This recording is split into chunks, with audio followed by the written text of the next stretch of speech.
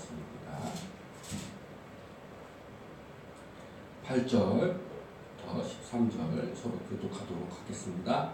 8절입니다. 여호와께서 모세와 아론에게 말씀하여 이르시되 바로가 너희에게 이르기를 너희는 아직 보리라 하거든 너는 아론에게 말하기를 너의 지팡이를 들어서 바로 앞에 던지라 하나 그것이 뱀이 되리라. 모세와 아론이 바로에게 가서 여호와께서 명령하신 대로 행하여 아론이 바로와 그 신하 앞에 지팡이를 던지니 뱀이 된지라. 아론도 현인들과 마술사들을 부르매 그 애굽 요술사들도 그들의 요술로 그와 같이 행하되 각 사람이 지팡이를 던지매 뱀이 되었으나 아론의 지팡이가 그들의 지팡이를 삼키니라. 그러나 바로의 마음이 아파서 그들의 말을 듣지 아니하니 여호와의 말씀과 같더라. 아멘. 출애굽기 천국으로 가는 여정 7번째 시간입니다. 지난 시간 다 까먹으셨죠? 그렇죠? 까먹어야 정상이에요. 저도 까먹었거든요. 내용 정리하자면 이렇습니다. 출애굽기는 천국으로 가는 여정, 우리의 인생길을 대입해서 모세가 출애굽을 통해서 우리 인생길에서 어떻게 세상 속에서 천국으로 갈 수 있느냐의 길을 모세를 통해서 함께 출애굽기를 보자는 것이었어요. 그래서 모세가 태어나서 하나님의 부르심을 받고 그리고 드디어 출애굽을 하기 위해 바로 위에 섰습니다. 그 전에 많은 사람들은 그저 세상 속에서 즉 애굽 속에서 살아갔을 때에 노동자로서 노예로서 살아갔어요. 그리고 하나님을 잊어버리고 어떻게 살았어요? 그저 돈을 더 벌기 위해서 더 힘든 노역을 하면서 살았어요. 우리의 모습과 똑같습니다. 지금 이 세상은 바로 애굽이와 같은 거예요. 왕이 그러잖아요. 하나님 그거 거짓말이잖아. 하나님한테 예배하면 돈이 나와? 안 나와. 너네들의 행복은 거기에 있는 게 아니라 어디 있어?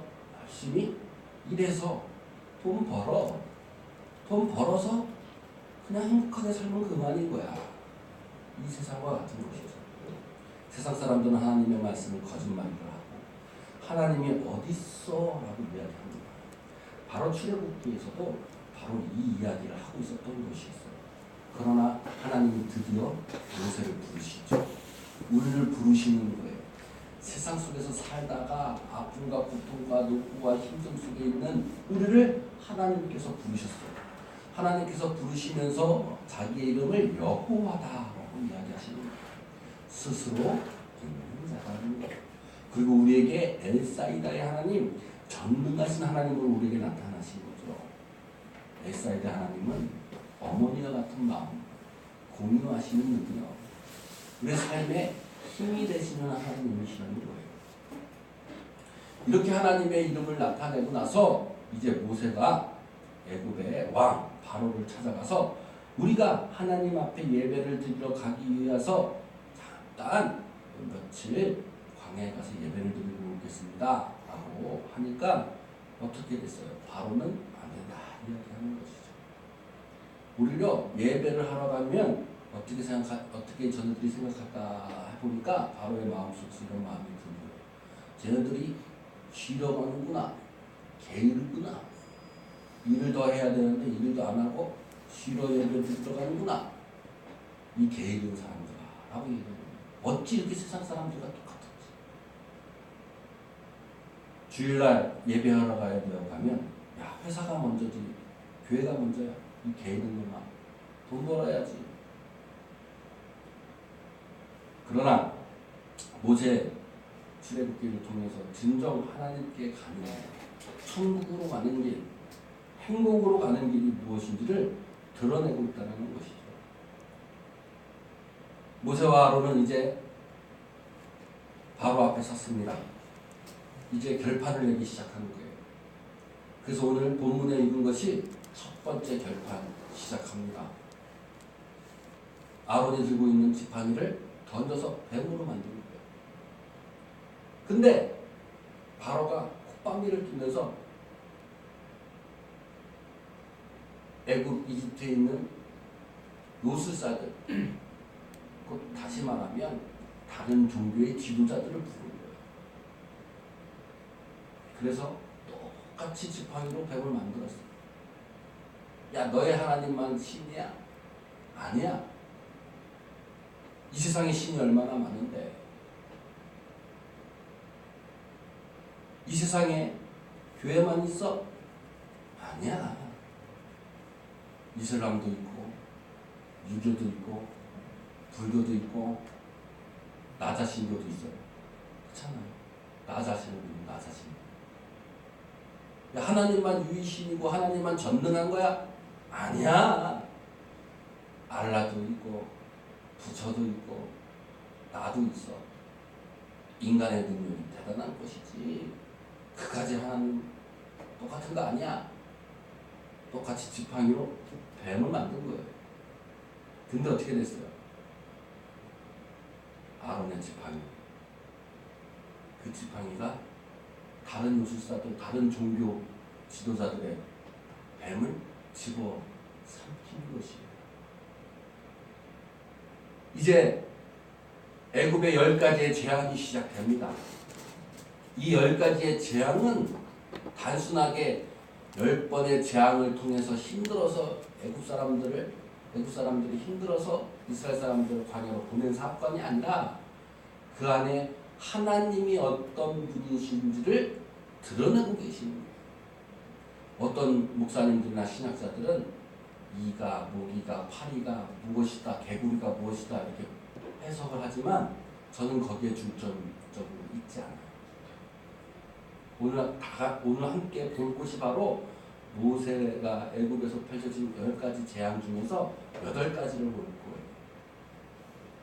그래서 하나님이 어떻게 타 종교와 다른지를 보이고 계십니다. 이집트 당시의 이 나라는 종교가 그치 많았던 나라예요. 다 신교를 믿었어요. 신이 엄청나게 많아요. 이집트 신화를 제가 책을 읽어봤는데 너무 복잡해가지고 머릿속에 들어오지도 않아요. 하도 신이 많아.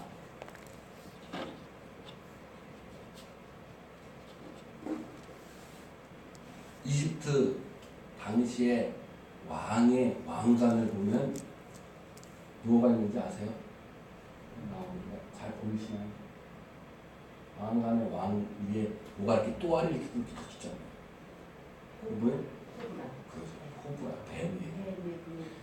왕의 머리에 뭐가 있는 거예요, 지금? 뱀이 있는 거예요. 지팡이가 왜 괜히 뱀이 됐을까? 지팡이가 뱀처럼 길어서 그냥 뱀이 됐나요? 지팡이가 악어가 될 수도 있고 사자가 될 수도 있고 곰이 될 수도 있는데 해필이면 뱀이 된 거예요. 왜? 이집트에 뭐라고요? 어울려서 이집트의 왕의 왕관에 뱀이 있는 거예요. 이집트의 사람들은 이 뱀이 지혜를 준다고 생각했어요. 총명을 준다고 생각했어요. 그래서 이집트에 뱀을 숭배하는 사상이 많아요. 지팡이의 앞모양도 뱀으로 되어 있어요. 그래서 이집트 애굽의 바로 앞에서 지팡이가 뱀이 됐다는 것은 지팡이는 무엇을 뜻하냐면 규, 몽둥이, 지배자의 권력을 뜻하는 거예요. 그것이 지혜자로 바뀌는 것이었죠. 다른 종교도 다른 요술사들도 다 뱀으로 만들어서 나도 다른 니네만 지혜가 있는 거야. 다른 종교도 지혜가 있는 거야 라고 했던 것이죠. 지금 이 세상도 마찬가지지 않습니까? 야, 기독교 예수님만 지혜가 있어? 야, 웃기지 마. 이슬람의 알라신의 지혜가 더 좋더라. 불교의 지혜가 더 좋아. 유교의 지혜가 더 좋아. 나 자신교, 과학이나 인문학이 더 지혜로운 거 아니야? 그런데 출애굽에서의 바로 앞에서의 그 지혜로운 모든 뱀들이 하나님의 지혜 삼켜버림이 되신 거예요. 이제부터 10가지 재앙을 통해서 하나님이 어떻게 다른 신들과 다른지, 타 종교가 어떻게 다른지, 왜 하나님만이어야 되는지를 설명하고 계십니다. 우리 인생길에 천국에 가는 여정, 천국으로 가고 행복한 여정. 내 인생길에 왜 행복이 하나님의 말씀에 있는 거야 라고 의문을 품는 자들이 많다는 거죠. 불교를 통해서, 유교를 통해서, 내 자신을 통해서, 돈을 통해서, 세상을 통해서 행복을 얻으면 그만 아니야, 천국으로 가면 그만 아니야가 아니라 하나님을 통해서야만이 천국으로 갈 수 있다는 것을 10가지의 제안을 통해서 드러나기 시작했습니다. 이집트의 문화에 내 삶에 과연 어떻게 대입할 수 있느냐라고 생각했을 때 이집트의 문화는 크게 동서남북 신으로 나누죠. 북은 보니까 뱀, 와세트라는 지혜 통찰이라고 하고 있어요. 동쪽에는 바스트, 고양이를 숭배하는 바스트. 영어로 바스트가 뭔지 아세요? 바스트. 좀 야해요. 가슴. 그렇죠. 그러니까 뭐예요? 바스트. 사랑, 치유 이런 것을 뜻해요. 남쪽에는 네트베트, 독수리. 그래서 밑에 보면 독수리 모양을 이렇게 하고서 뱀 모양으로 이렇게 왕관을 쓴 신이 있어요. 독수리는 풍요로운 것을 뜻해요. 그리고 네이트, 서쪽에 네이트, 이건 신들의 어머니, 지성, 생명을 뜻합니다. 그리고 옆에 십자가 모양 같은 거 있죠? 그리고 그 옆에 호루스 신, 매 신이죠. 이 신들을 통합한 신이에요. 근데 호루스 손에 뭘 들고 있어요 지금? 지팡이하고 또 열쇠 같은 거 들고 있죠. 십자가 모양 비슷하죠. 그 옆에 크게 제가 한 거예요. 저게 뭐냐면 앙크. 우리 기독교가 천주교가 얼마나 엉터리냐면 저 어디서 많이 본 것 같지 않아요? 천주교에서 십자가를 적었어요. 네. 저게 앙크라는 건데 저 앙크를 이집트 신들은 다 손에 들고 있어요. 저건 기독교 문화가 아니에요. 앙크. 저 십자가 모양은 이집트 문화에서. 근데 그것도 모르고 천주교인들은 저 앙크 모양을 목걸이를 합니다. 자기가 천주교인이라는 게 아니에요. 심지어 저 앙크가 십자가 모양이 예수님을 닮았어요.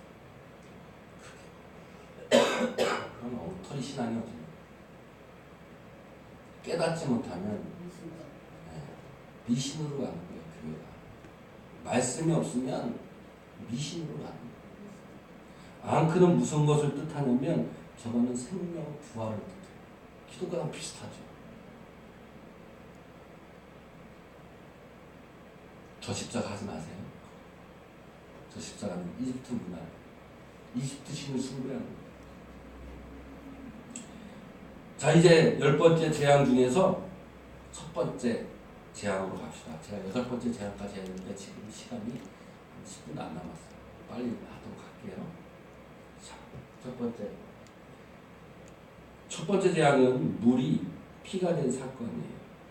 제가 빨간 줄치를 쳐놨죠. 22절에 이집트 마술사들도 자기들이 술법으로 그와 똑같이 했다라고 되어 있어요. 지팡이로 뱀을 만들었는데 똑같이 했죠. 다르지 않았어요. 모세가 하나님의 능력으로 지팡이로 뱀을 만들었는데 이집트의 타 종교도 다른 요술사들도 똑같이 뱀을 만들었어요. 첫 번째 재앙도 똑같았어요. 물이 피가 된 거예요. 물은 진리고 피는 생명이다. 피가 물로 됐다. 막 설명을 하죠. 좋습니다. 다 맞아요. 그러나 여기에 핵심은 나는 무엇이 있냐면 마술사들도 똑같이 했다라는 거예요. 하나님과 별다름 없이 똑같이 하는 거예요. 그런데 24절에 뭐예요? 물을 마실 수 없게 되었으니 이 모든 이집트 사람들이 마실 물을 찾아서 강 주변을 물을 폈다. 똑같이 물이 피가 됐어요. 타 종교도 우리 자신교도 하나님이 아닌 다른 신이 있다라고 믿는 사람들도 하나님처럼 물을 피로 만들었어요. 생명이 진리가 피로 만들었든 뭐가 됐든 간에 하나님과 똑같은 능력을 버린 거예요. 그러나 뭐예요? 그러나 그것은 마실 수가 없는 것이었어요. 그러나 하나님의 능력은 우리 인간이 마실 수 있는 것이었다는 거예요. 여기서 틀린 거예요. 타 종교의 진리가 먹고 달콤할 것 같지. 그러나 그것은 마실 수 없는 것이에요. 먹을 수 없는 것이에요. 그러나 하나님의 말씀은 광야의 만나처럼 우리에게 생명의 맛을 주신다는 것이에요. 두 번째로 가면 개구리가 올라오는 사건이 있습니다. 6절에 보니까 이집트의 물 위에 그의 팔을 내미는 개구리가 올라왔다라고 써 있어요. 7절에 보니까 그러나 술객들, 그러나 다른 종교인들, 다른 지도자들, 다른 마술사들도 자기의 술법으로 똑같이 개구리를 이집트에서 올라오겠다는 거예요. 개구리가 이집트에서 올라온 사건도 역시 뭐예요? 다른 종교도 똑같이 했어요. 하나님의 능력으로 한 것이 다른 종교도 똑같이 하는 것이었어요. 개구리가 무엇이다, 개구리가 의미가 무엇이다 이런 것이 중요한 게 아니라 하나님의 능력을 똑같이 하는 거예요. 그러나 10절에 보니까 주 우리 하나님과 같은 분이 없다는 사실을 알게 했다는 것이죠. 무엇으로 알게 했냐면 개구리가 똑같이 올라오는데 개구리를 똑같이 없애지는 못한 거예요. 개구리는 풍요를 뜻한다고 합니다. 서쪽에 남쪽에 있는 신, 바로 개구리의 모습을 한 신과 마찬가지예요. 어쨌든 간에 개구리가 풍요를 이야기하든 무엇을 이야기하든 간에 하나님은 생기게도 하시고 없애기도 하신다는 거예요. 그러나 타 종교는 생기기만 하지 실질적으로 없애지는 못한다는 거예요. 과연 그것이 무엇일까? 우리의 지식과 우리의 생각으로는 이렇게 하면 될 것 같았죠. 그러나 막상 우리가 우리의 지식으로 내 의지대로 하면 생길 수는 있지만 그것을 마무리할 수 없다는 거예요. 그러나 하나님의 능력이 거기에 같이 임하신다면 하나님은 생기기도 하시고 없애기도 하십니다.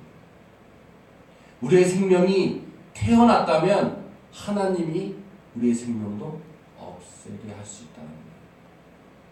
지난번에 제가 말씀드린 게 있어요. 세월호 사건에 200몇 명이 희생당했죠. 마음 아픕니다. 가슴 아픈 일이에요. 타 종교로 본다면 200몇 명이 같은 운명을 타고났었어요. 같은 운명에 같이 죽어야 되는 거예요. 삼풍백화점에 1000몇 명, 500몇 명이 죽었어요. 그러면 타 종교로 따지고 보면 그들의 죽음은 같은 사주를 타고 나가야 되는 거예요. 그렇지 않다는 거죠. 하나님은 창조하시기도 하시고 소멸하시기도 하신다는 거예요. 네 번째로 넘어가면 8의 소동이 일어납니다. 이소동이라고 하기도 하죠. 여기서 드디어 하나님께서 타 종교와 어떻게 구별되는지를 이야기하고 계시는 거예요. 타 종교와 기독교가 타 종교의 신들, 미신들과 하나님과 어떻게 구별되는지를 이야기하면서 하나님께 예배 드려야 할 것을 이야기하고 있죠. 16절에 보니까 온 땅에 먼지가 이로 변할 것이다 라고 했어요. 땅은 우리가 삶을 살아가는 기본 터전이죠.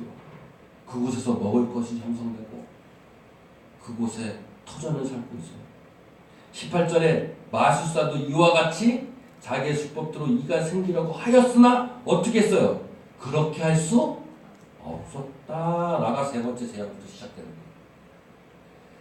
타 종교도 이제는 하나님의 권능으로는 하지 못하는 것들이 있는 거예요. 그게 무엇이다?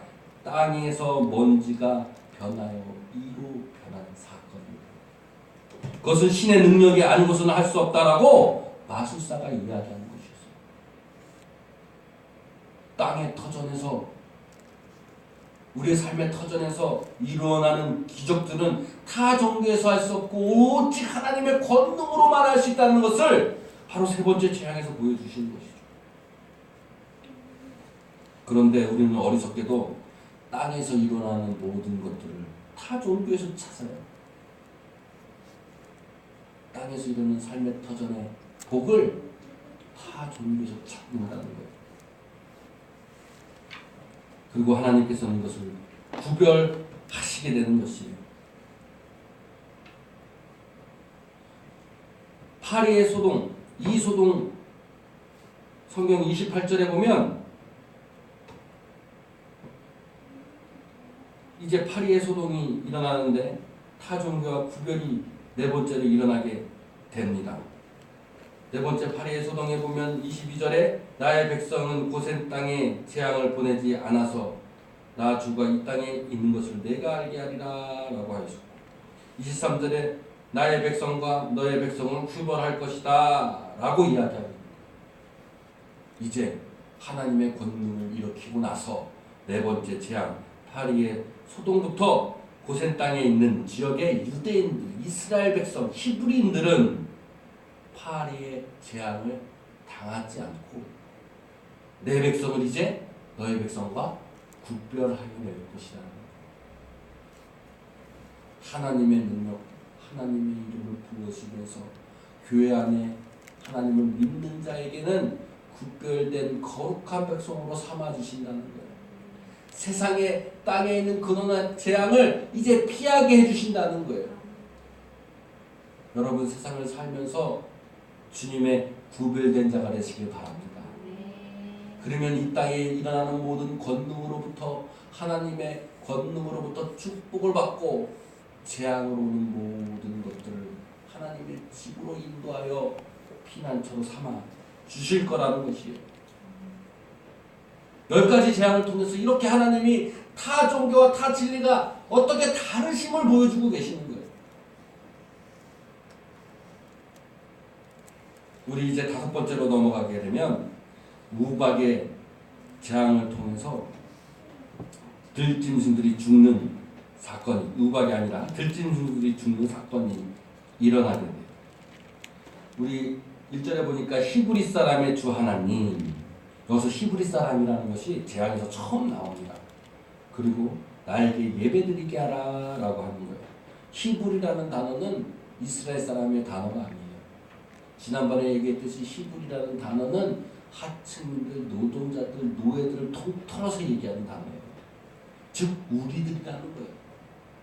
우리들의 하나님 예배드리게 하라는 거예요. 그리고 3절에 주의 손이 들어 너희 집 들짐승들을 치겠다는 거예요. 무서운 병으로 치겠다는 것이죠. 그런데 4절에 보니까 이스라엘 사람의 집짐승과 이집트 사람의 집짐승을 구별한다 라고 됩니다. 하나님께 예배하는 자 집짐승은 그들의 재산이에요. 그 재산을 어떻게 했다는 거예요? 치시겠다는 거예요.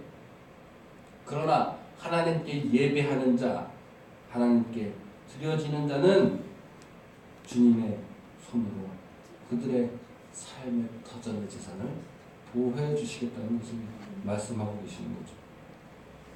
하나님이 이집트 땅에서 예배드리는 것을 반대하고 있었을 때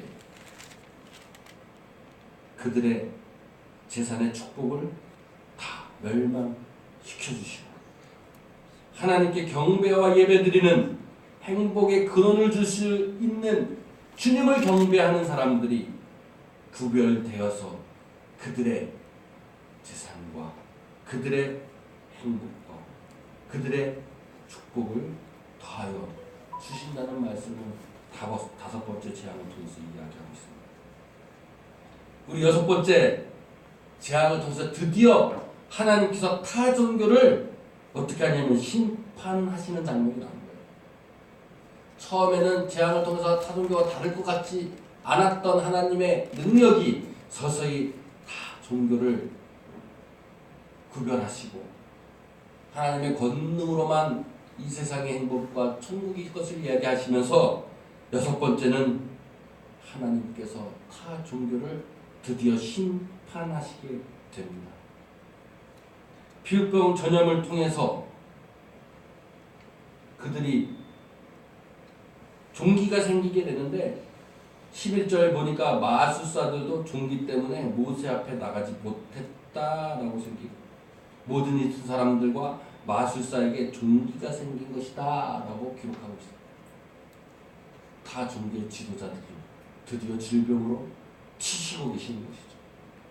하나님의 오직 유일하신 분이시고 진리이심을 타 종교의 마술사들, 지도자들을 하나님께서 심판하고 계시는 거예요.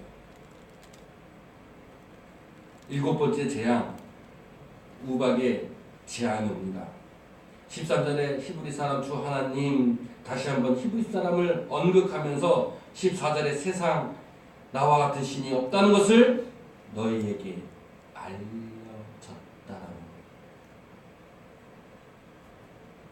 하나님은 천국을 하는 여정에서 철저하게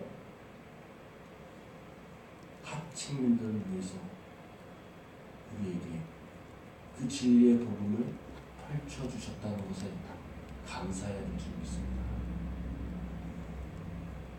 하나님은 연약한 자의 주님이시었고 또한 세상에서 고통받는 사람들의 주님이셨어요. 그리고 우박을 통해서 드디어 하나님께서 이 세상의 유일하신 하나님이심을 다시 한번 알리시게 된 것이죠. 그것은 타 종교, 타 문화권에 있는 종교들을 심판하시면서 이제는 히브리 사람의 주 하나님을 널리 선포하고 계시는 거예요. 그것은 이스라엘 사람들뿐만 아니라 16절에 너와 나에게 능력을 보여 온 세상에 나의 이름을 널리 알리려고 내가 너를 남겨뒀다. 이제는 이방인까지도 이 세상에 유일하신 하나님을 선포하고 계시는 거예요. 그런데도 우리는 하나님이 어디 있어? 하나님이 무슨 유일한 신이야? 라고 하나님의 살아계심을 부정하고 살았던 것이죠. 마치 하나님의 말씀을 거짓이라고 세상 사람들이 속인 것을 속아가면서 마지막 우리 8번째 재앙까지만 오늘 보도록 할 겁니다. 메뚜기 소동이 일어나는 거죠.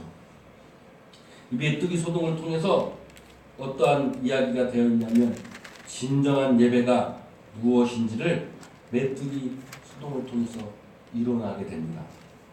이 8번째 메뚜기와 9번째, 10번째까지는 다음 시간에 할 거예요. 오늘 제목 여호와를 알심을 여러분 받으시고 이 세상의 인생길에서 나를 의지하고 타 진리를 의지하지 마시고 오직 천국으로 가는 유일한 하나님의 길, 하나님의 진리를 사모하며 나아가길 원합니다. 온 세상에 주님이 되심을 7번째 재앙을 통해서 알리시고 우리에게 가르쳐 주셨습니다. 하나님께서는 여러분을 거룩하게 보호해 주실 것이라고 분명히 이야기하고 계십니다. 여러분, 당신은 하나님께 예배하는 자입니까? 하나님께 예배하는 자는 하나님이 당신을 거룩하게 보호해 주실 것이라고 믿습니다. 우리의 인생길을 하나님께서 함께 걸어가실 줄로 믿습니다. 기도하기 원합니다. 예배하는 자, 살아계신 하나님을 믿는 자, 살아계신 하나님 앞으로 나온 자에게 상급을 주어질 것이라고 성경은 기록하고 있어요. 그 상급은 바로 하나님과 함께 걸어가는 인생의 길이라고 믿기 원합니다. 하나님과 함께 인생을 걸어간다면 이 인생의 광야에서 나 홀로 있는 것이 아니라 항상 주님 뜻 안에서 살아가는 축복의 길이 될 줄로 믿습니다. 그 길이 천국에 가는 여정이고 바로 또한 행복의 길일 줄로 믿습니다. 우리 다 같이 일어나서 예수들 함께 하시는 찬양하기 원합니다. 이 찬양하고